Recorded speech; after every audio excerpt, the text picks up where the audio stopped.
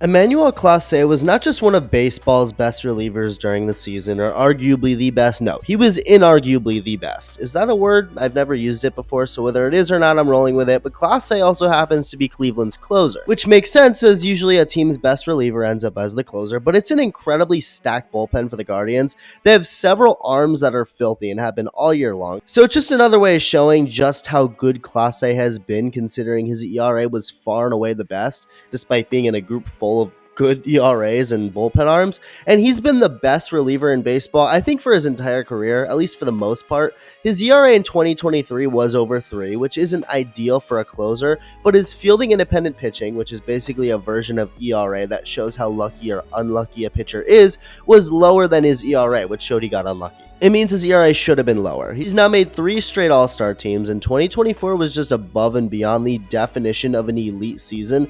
But I mean, we're talking one of the best seasons in baseball history. Another valuable thing about Clase is his durability. He's thrown at least 72 innings every year for the last 3 years, and the year before that threw just under 70. So he's reliable to take the ball. He led all baseball in saves in 2022 and 2023, and then all the American League in saves this year. And his ERA this year, 0.61. That's insane.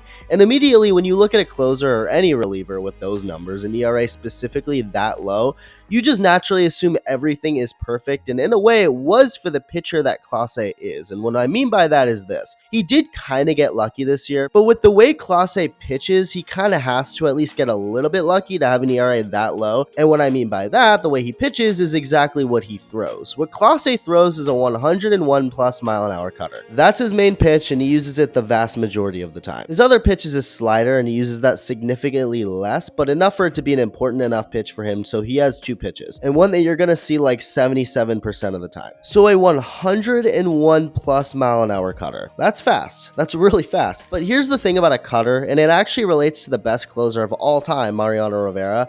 A cutter, even if thrown over 100 miles an hour, is still a very contactable pitch. And I didn't say hittable because that would mean it's a pitch you can barrel up and actually do something with.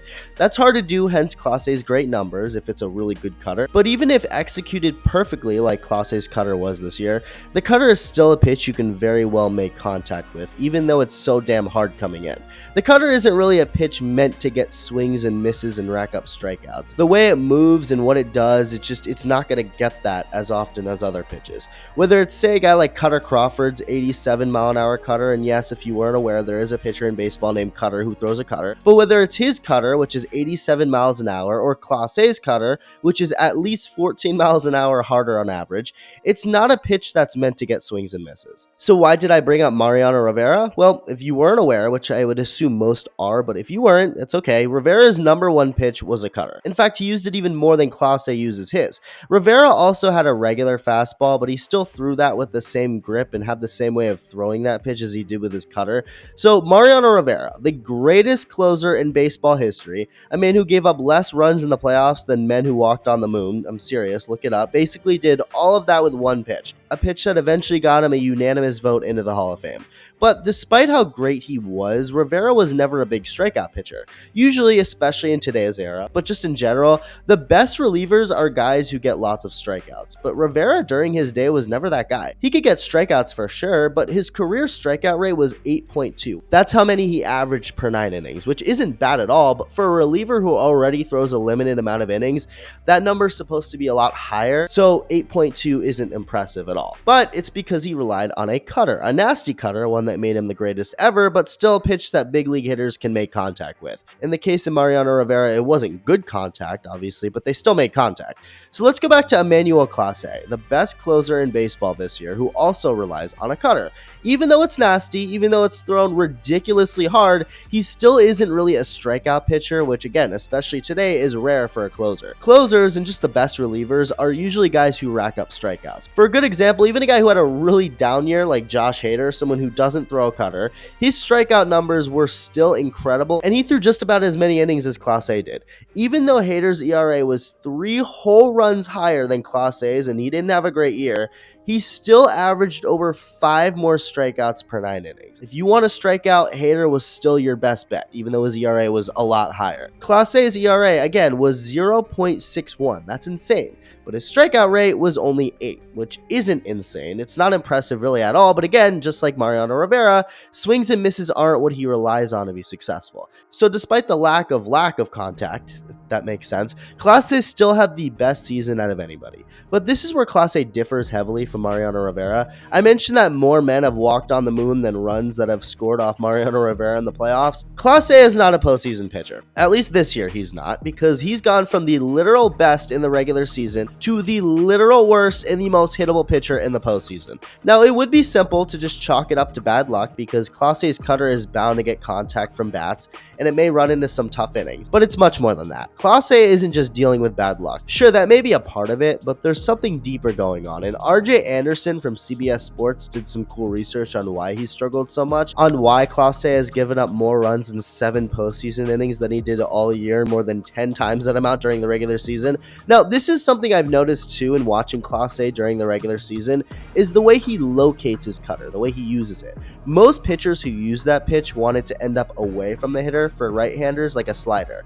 They want it to be a pitch right-handed hitters are lunging toward, as it starts out over the middle but moves away. But Clase has always liked to start his cutter inside to right-handed hitters and then have it end up a strike on the inside part of the plate. But during the postseason this year, Clase's cutter has actually been moving more. The cutter is cutting more by about an inch, and that may sound good if a pitch moves more, but for someone like Clase who's relied on throwing in a certain way, his cutter, for whatever reason, whether it's intentional or not, moving more is costing him because it's ending up in a spot he doesn't usually want it to end up in. It's ending up more over the plate. The cutter, like I've made clear in this video, is already a pitch hitters can very well make contact with, and if it's left over the plate, that's when it can be crushed, even if it's thrown as hard as Clase throws his. And in this Yankees series, his cutters have ended up over the plate almost 50% of the time. So there has been some bad luck too. Like in all of these rallies, there have been some soft hit unlucky outcomes for Clase, like this ball hit by Trey Sweeney in Game 2 against Detroit. It was hit just 89 miles an hour. That's not solid contact. This grounder by Matt Vierling, 72 miles an hour. This Jazz Chisholm single up the middle. He broke his bat and it was hit only 81 miles an hour. And in Game 4, after getting a swing and miss for strike 3, Alex Verdugo hits a little squibbler off a nasty pitch that the shortstop Ryan Rocchio just can't field cleanly. So there have been stuff like that happening, but it's mostly been the cutter being thrown in a way and ending up in a way that's been so hittable for right-handed hitters, which has been the majority of his failures this postseason.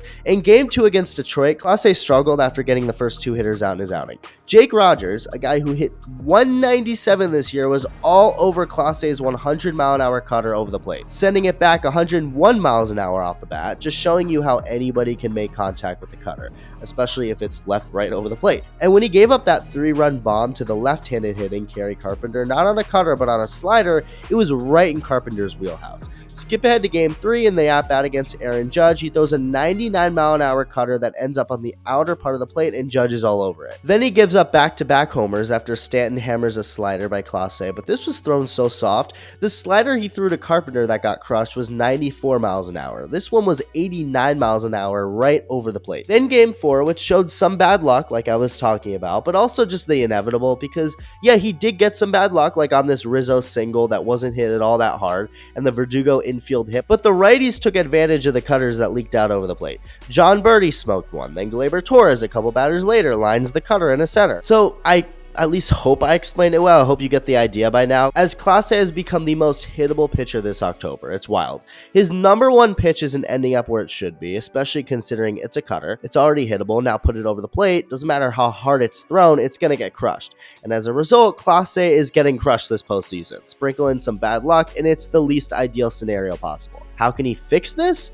No idea, not the one to answer that, but at this point, the damage he's caused has led to a point where it may be too late to figure it out this year, and that sucks. Let me know your thoughts, and thank you for watching.